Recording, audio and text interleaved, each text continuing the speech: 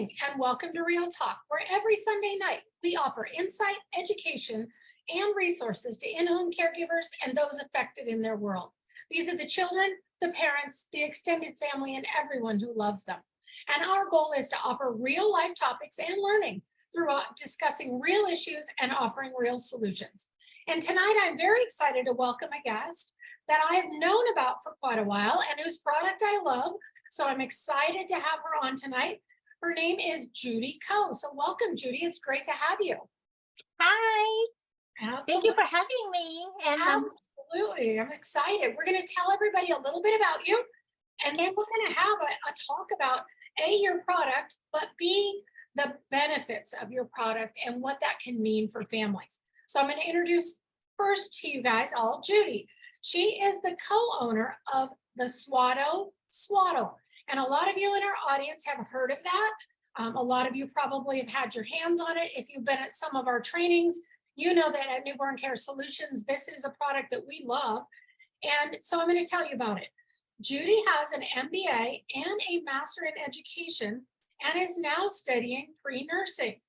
After working for 10 years with parents and their newborns, offering parent-child development classes and seminars, she channeled her passion for newborns and her empathy for new parents. And for those of us who have worked with them or been one, we all understand that, and developed the Swaddle, hoping that she would be able to help one baby and one family at a time. And we're going to dig into that, and we're going to talk about selecting a Swaddle tonight. But Judy, first, tell us a little bit about why that was such a passion and why you decided to pursue this. okay, it actually just came from personal experience. I love babies, but before I got married, I was very career focused, driven, in the business world. But once I had a baby, I'm like, this is mine. I didn't want to go back to work. I was like very engrossed in attention, tending my baby. However, my first child was a very sensitive baby, very difficult to take care of. I have averaged about like 2 hours of sleep every night. And back then, he was born in 2005. So back then, there weren't easy swaddles around yet. It was just like one piece of blanket.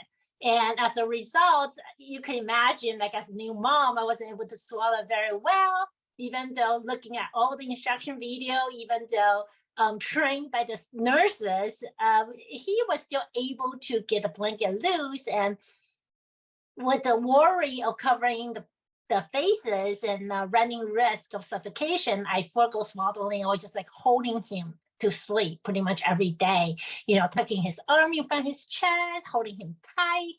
In essence, it's mimicking the womb environment with my hand. Yeah. And the reason, and I've always been passionate with babies, and with my first child, because of the difficulty, I also went through a period of postnatal depression that was pretty bad. And back then I didn't realize why it was, but because of it, I have a lot of empathy for new parents. Mhm. I ended up growing with my baby. So when he started growing, I learned so much about babies. I learned about babies' neurodevelopment. I took training in infant education just so that I could be a better mom, sort of. And the opportunity just came about that I started teaching people around. And to develop this Swado, that's even more coincidence. I wasn't looking into development product, but we encountered a very special fabric that's essentially can replace Velcro. That's soft and quiet. And when I saw it, I'm like, oh my God, this is like ideal product or ideal fastener for making anything for baby. And then we just started that way. Yeah. Yeah, no, I love that. And so it was certainly your fabric was the first thing that drew me to your product. And when I heard about it, the first thing I did was jump on and order one. I wanted to get my hands on one. And then we sent one to our operations manager, who was pregnant at the time, and said, hey, you got to try this out. And she was like, oh my gosh, it's so soft. It really is legitimately quiet. And then we ordered a bunch for one of our training events and Right. sold them all instantly to everybody at our training event, which was awesome. And people love them. So we hear this commonly. Your problem, the problem from a lot of parents, that getting their babies swaddled properly when you're dealing with just a big square can be very difficult. Now, I've gotten really good at that over the years, and I can teach people to do that, but a lot of times it's a whole lot easier to just have a set product. But we also hear, oh, I should swaddle my baby. Oh, I shouldn't swaddle my baby. It's good, it's bad. It's good, but only this way. It's bad all the time. So there's all this information out there. You've done a lot of research. You've got the background in this. So what I want to talk about first, not a specific swaddle product, but what are some of the benefits of swaddling? Can you share with our audience why they should consider for their family swaddling possibly, and if it's the right thing for them? Yes. Again, swaddling is great, but then again, I still have to say it is baby specific. Some of the generic benefits that most of people know about is that it mimics the womb environment. Imagine that when a baby was inside our womb, they were covered, they were enclosed in a tight wall. And once they're out of the womb, they are in this open space, and it's scary, you know? And also, once they're in this open space, they have all these stimuli coming in at them. There's lights, there's images, there's noises, they're just overwhelmed with all the sensory input.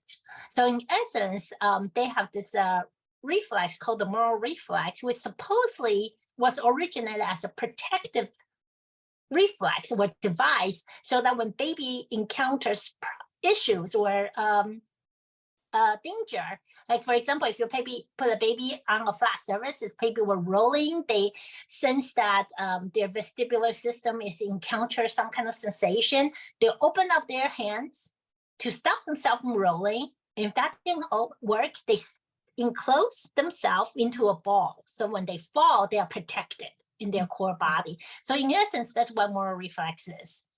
So swaddling, one of the benefits of swaddling for mimicking the womb environment is that A, baby have the familiarity of being enclosed, and B, the moral reflex, it dims down the effect of the moral reflex. Baby are not in danger like constantly, you know, with all the stimuli, they are not in danger constantly, but it dims the effect so the baby doesn't have the outthrown moral reflex, and hence their cortisol level won't rise up as much as it would have been.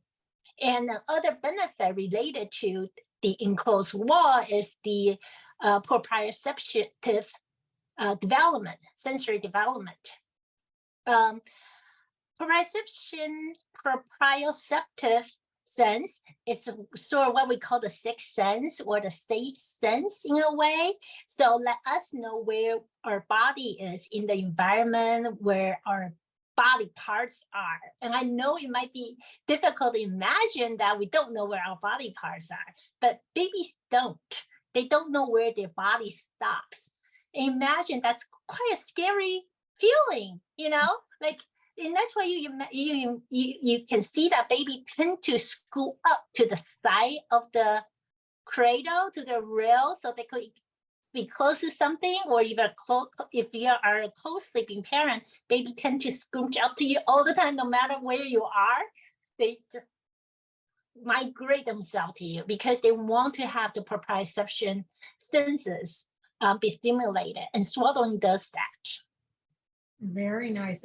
And that's interesting. That's a concept that I understand, but I had not heard it expressed that way. So that's a great way to express it.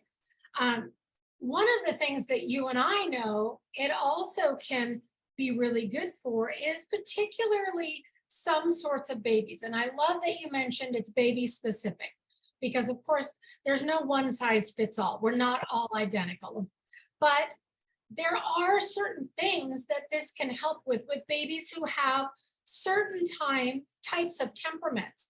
So can you talk a little bit about babies who are really alert or really sensitive and how this could impact them? Right. So baby are born with their own temperament. And, from genetics, there could be a whole bunch of reasons, regardless of what the reason is. Some baby, they're just more sensitive. And they're more sensitive because they're more quick to react. They're when our sensory reception receives the stimuli, it usually sends the message or electronic message into our brain for us to react. And you can imagine like turn on the switch. Not all stimuli will be reacted, but sometimes they accumulate. It has to be generate like a big enough electronic impulse for it to turn on, like switch on the light in a way to react. So some baby have temperaments that their tolerance level is just slightly lower, and hence they are more easily alerted or impacted by everything that's surrounding them.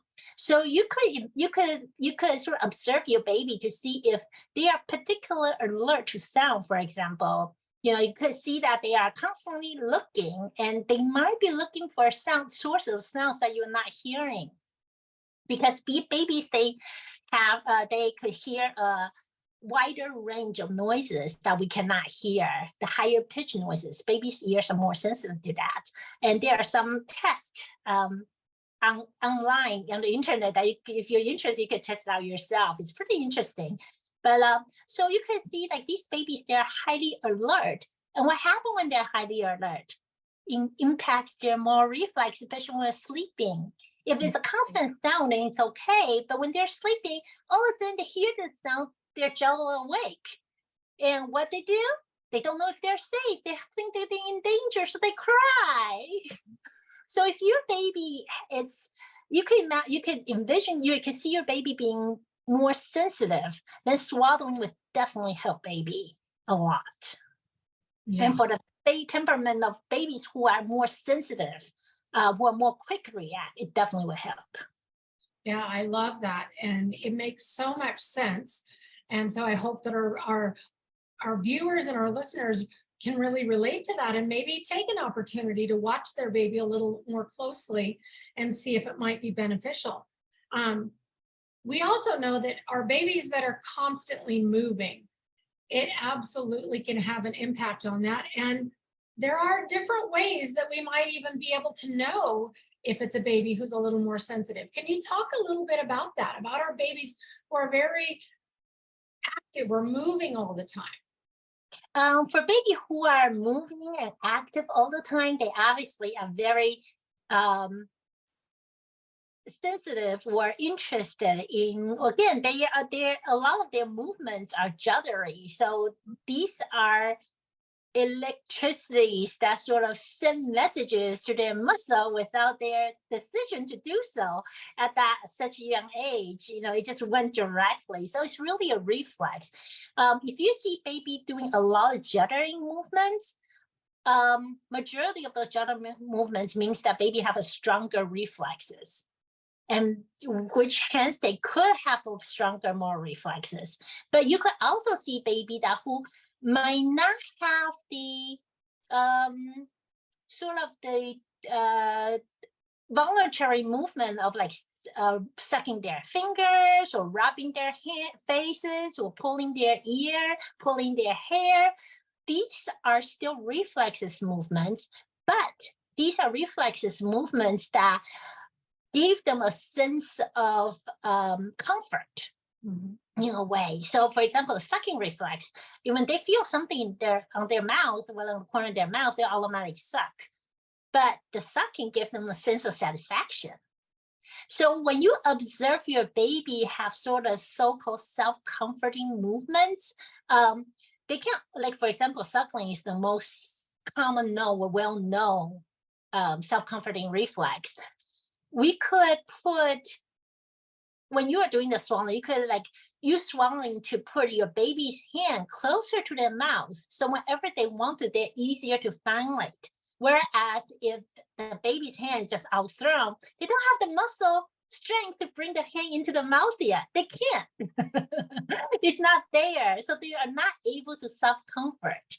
So by observing how your baby sort of find comfort you could try to use swaddling to put their hands closer to the face, closer to the hair. Well, we don't want them to pull their hair, but touching their face, touching their ears, sucking. These are different ways that you could help your baby have easier, closer access to the source of comfort, as opposed to just having their hands throwing out about, they can't find it. Yeah, and that's a great point. So often we overlook some of the simplest ways of helping our babies. And that's a great way, is to observe and then respond to that through this.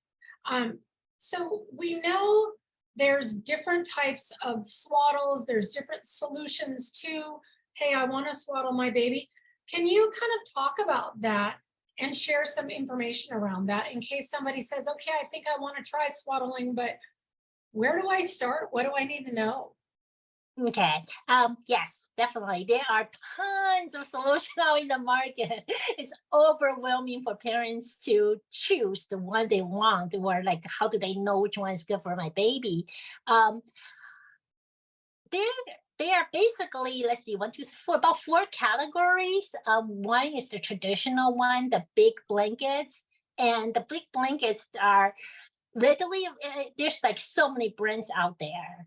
And some of the benefits that it's, you could do it as tight or as loose as your baby prefers. Some baby enjoy pushing, and some baby enjoy having a little bit of movement with their hands. Again, a separate thing is, we always suggest that if you're gonna swaddle your baby's arms in, to put it in front of the chest as opposed to directly down, so they have access to the sensory neurons in their receptors in their fingertip, and a pressure on the chest also give them a sense of comfort. So anyway, and the difficulty with the big blanket is, even though it has the capability to be as tight as you like, you sort of need to be efficient or proficient in doing so. And that's the difficulty part. We're sort of the con in a way for most of new parents. And if you don't do it correctly, it could potentially cover up the face.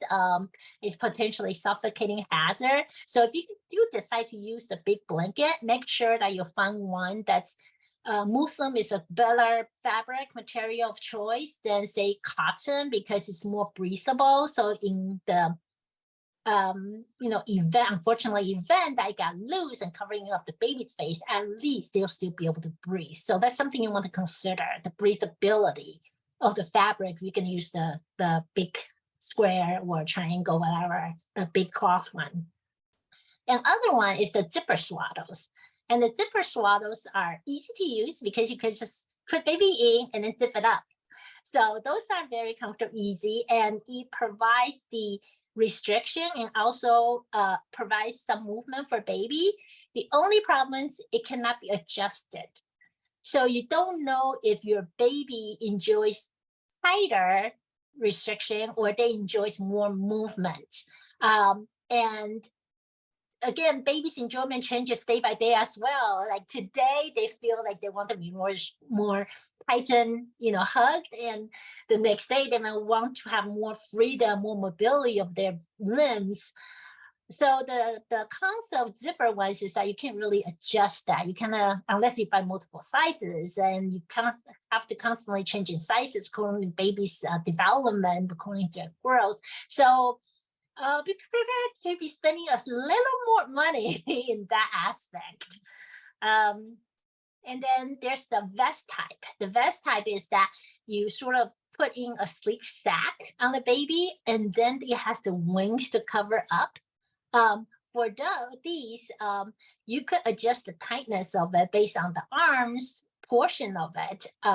So that's good because you could do it as tight or as loose, and it's also relatively easy to be able to zip up as well. The only thing is I should say all the vest style ones in the market I'm currently aware of, the enclosure of the wing is all uses Velcro, which we know is pretty noisy. We know baby may be sleeping, but as soon as you open it, they might start crying, or they might have this more reflex that show up. So, in the middle of the night, the baby accidentally wet a swaddle, I need to change it. That's kind of difficult, dilemma. Um, and there's the adjustable swaddles that just purely uses the fastener solution to enclose the arms. And the benefit of that, obviously, you could adjust it as tight or as loose as you want. You could even adjust where you want to put the hands, whether in front of chest, whether it's like one arm out, whether it's both arm out, whether it's like even just underneath the chin by the face. You have a bunch of flexibility. And currently the adjustable ones, most of them are in Velcro basically. And that's why we developed Swado. Obviously, because we see the Velcro one, it's not really, again, the noises, the touching to baby's faces, scratching baby's faces, the catching to baby's current clothing. So the alternative solution is the adjustable swaddle with the soft fastener, non-Velcro fastener. So these are basically 4 big categories in the market that the parents can consider. And based on how you observe your baby, you could decide which solution would suit your needs. Fabulous. So we're going to share a little bit more information in the feed around that. But Judy, tell us specifically what kind of swaddle the Swado is, which of those categories it fits in there. Tell us a little bit about this product specifically. Okay. Swado is spelled SWABO. So Swado is the adjustment swaddle. It gives you all the flexibility of adjustment that we just mentioned. And instead of using Velcro, we use a fabric fastener that's in essence sort of like one side of it is like velvet and the other side is sort of like terry cloth, like washcloth, terry cloth. And this particular fastener, we call it the good catch fastener. Yeah, so that's the special thing about Swado is that you have the benefit of adjustable Swado without the noise or the scratchability. Yeah, and I can say personally, because I've had my hands on these and I've used them, they really are like that. They are soft. And at first I was like, no way. There's no way you can have quiet Velcro. And that's why I hate Velcro swaddles normally. Now there's an occasional baby that they don't wake up, but most of the time they wake babies up. They're effective in holding them, but they wake them up. And when I got my hands on your product, I was like, oh my gosh, this is going to revolutionize our industry. It's going to revolutionize swaddling. And that's what we're hoping for. Baby waking up is no big deal. The problem is baby waking up with a high cortisol level. They start crying and they get excited and you end up having difficulty putting them through bed. If they just kind of open eyes, could wiggle a little bit and be able to fall back asleep, then that's totally fine. So we are hoping to eliminate the sources or the effect of waking baby up, like be fully alert in the middle of the night. Yeah, absolutely. So, well, we have learned a whole lot really fast here. I'm really excited for all that you've shared with our audience. Before we wrap up, is there anything else that you wanted to mention today? So right before we finish, just very quick, let me show you what Tanya was saying about how quiet it is. So this is our Swado, and I just want you to listen. Isn't that amazing? She put that right up next to the microphone and you cannot hear it. And that is part of what's so amazing. Right. I also want to mention that the fastener is not only quiet, but it's also very secure, because we have encountered parents saying that, oh, my baby would just struggle out of that easily because it's so easy to open. But let me show you how tight it actually is. When the 2 wings, these are the wings that we swaddle babies, and when the 2 wings are overlapped, I have my hands in and I pull. It's not coming out. Yep, I love that. And given that I've had my hands on these, I can verify that they are very strong. So Judy, I just want to tell you, thank you for joining us tonight. Thank you for sharing so much of your knowledge, not just the product, but all the information around babies and why they can benefit from this. It really has been a pleasure to have you. And I know our audience will have gotten some great takeaways. So thank you. Thank you so much, Tanya, for having me. Absolutely. And to our audience, thank you for joining us tonight. If you have any questions around this or anything related to swaddling, please put them in the feed and tag Newborn Care Solutions or tag Judy, and we'll make sure that you get answers. And of course, you can watch this along with any of our past episodes by going over to newborncaresolutions.com and clicking on the education tab. This is under all of our free resources. You can also find us on our YouTube channel and all of the major podcast channels. So thank you for joining us and have a great night.